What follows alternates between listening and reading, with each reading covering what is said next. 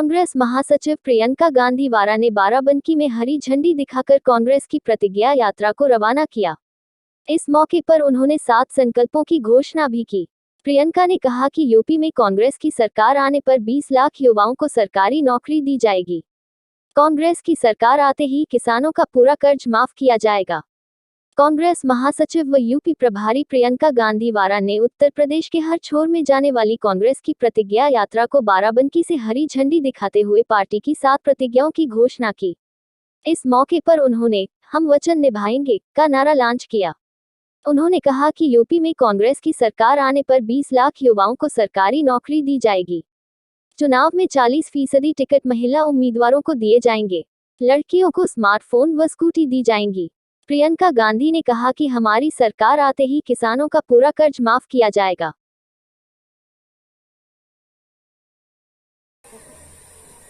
आपकी सबसे बड़ी समस्या आज क्या है बताओ?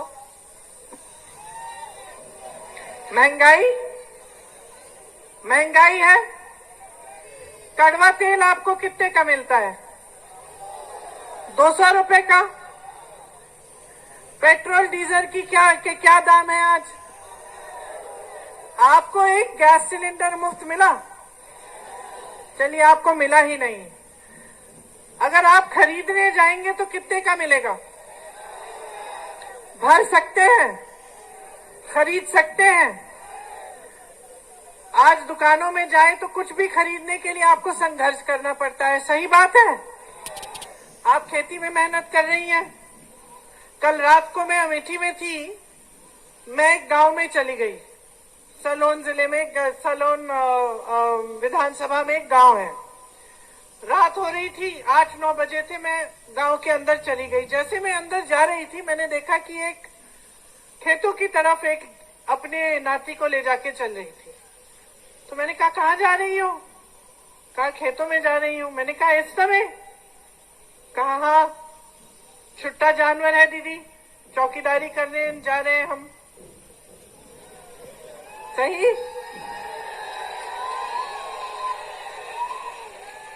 आप इतने नौजवान खड़े हैं, पिछले 5 सालों में किसको रोजगार मिला है सरकार से? कोई हाथ उठाए। नहीं मिला? एक तो होगा, कोई एक तो होगा। नहीं है तो देखिए, ये स्थिति है।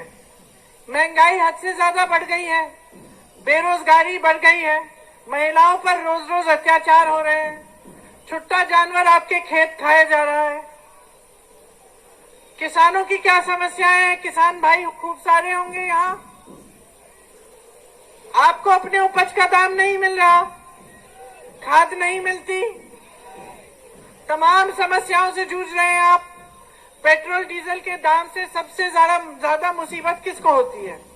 आप करते हैं। महंगाई का सामना आप करते हैं, बेरोजगारी का सामना आप कर रहे हैं, किसान अपनी समस्या का सामना खुद कर रहा है, बुनकर अपनी समस्या का सामना। तो कैसी राजनीति चल रही है प्रदेश में? तो मैं आपको समझाती हूँ, जरा ध्यान से सुनिए। जितने भी राजनीतिक दल आज उत्तर प्रदेश में आपके सामने हैं, चाहे वो बसपा हो, चाहे समाजवादी पार्टी हो, चाहे भाजपा हो, कांग्रेस के अलावा जितने भी राजनीतिक दल हैं, वो आपसे वोट धर्म के आधार पर और जाति के आधार पर मांगेंगे। ठीक है? क्यों? इसकी 2 वजह हैं। सबसे पहली वजह यह है कि उन्होंने काम नहीं किया। जब आपकी समस्याएं होती हैं तो ना सरकार उनको सुलझाने का काम करती है और ना बसपा के नेता, समाजवादी के नेता आपके पास आते हैं, आपकी सुनवाई करते हैं। महिलाओं पर अत्याचार हुआ, उन्नाव में हुआ, शाहजहांपुर में हुआ, हाथरस में हुआ। क्या अखिलेश यादव जी बाहर आए? क्या गए वहां पे? संघर्ष किया, आंदोलन किया कि न्याय मिलना चाहिए? नहीं। आपने परीक्षाएं दी नौजवानों ने। आपने जब आंदोलन किया इलाहाबाद में और अन्य शहरों में, आपको मारा पीटा गया, तमाम धाराएं आपके खिलाफ लगाई गई, करियर बर्बाद हो गए बहुत बच्चों के। क्या समाजवादी दल के नेता या बसपा के नेता अपने घर से बाहर आए? कोरोना हुआ, लॉकडाउन में तमाम जो प्रवासी श्रमिक थे, मजदूर थे, जो दिल्ली गए हुए थे काम करने के लिए, जो नौकरियां वहां करते हैं, उनको भाजपा की सरकार ने भगवान भरोसे छोड़ दिया। क्या समाजवादी दलों के नेताओं ने, क्या उनके कार्यकर्ताओं ने, उनके पदाधिकारियों ने आपकी मदद की? नहीं की। कांग्रेस पार्टी ने वापस आने का इंतजाम किया, यहां तक कि आज प्रधानमंत्री नरेंद्र मोदी जी कह रहे हैं कि कांग्रेस पार्टी ने मदद करके पाप किया। वो कह रहे हैं हमने मदद की, आपको घर पहुंचाया, जहां जहां आप पैदल आ रहे थे वहां लंगर लगाए, कोरोना आया, दवाइयां बंटवाई, ऑक्सीजन का इंतजाम कराने की पूरी कोशिश की, लेकिन समाजवादी दल, बसपा के नेता दिखे ही नहीं। उनके पदाधिकारी, उनके कार्यकर्ता सब घर में दुबके हुए थे। सीए एनआरसी में क्या हुआ? दुबके रहे अपने घर में, बाहर नहीं आए।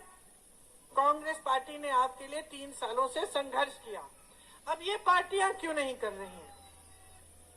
ये विपक्ष की पार्टियां क्यों नहीं कर रही हैं? क्योंकि आपके हित में काम नहीं करना चाहती। वो जानती हैं कि चुनाव के समय जब धर्म और जाति के आधार पर वोट मांगेंगी, आप दे दोगे आंख मूंद कर। आपने बुरी आदत डाल दी। भाजपा भी वही चीज जानती है। भाजपा की सरकार है, आज कुछ भी कर सकती थी। 5 सालों से सरकार है, 12 लाख रोजगार के पद खाली रखे हैं। आज कह रहे हैं कि हमने 4 लाख पद के एप्लीकेशन खुलवाए और रोजगार देंगे। भाई 5 साल से क्यों नहीं किया? आज हवाई अड्डों के शिलान्यास हो रहे हैं, 5 सालों से क्यों नहीं किए? अब तक तो हवाई अड्डे तैयार हो जाते। आज कह रहे हैं कि महंगाई कम करेंगे, महंगाई बढ़ती चली जा रही है।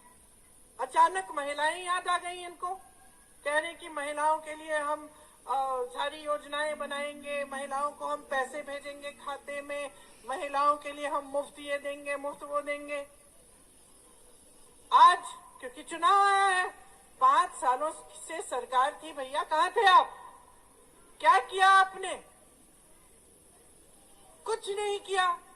तो जब कुछ किया ही नहीं है और ना कुछ करने का इरादा है, तब स्पष्ट है कि आप आकर धर्म की बात करोगे, जाति की बात करोगे, लोगों के जज्बातों को उभारोगे और उस समय वोट ले लोगे उनसे चुनाव के समय।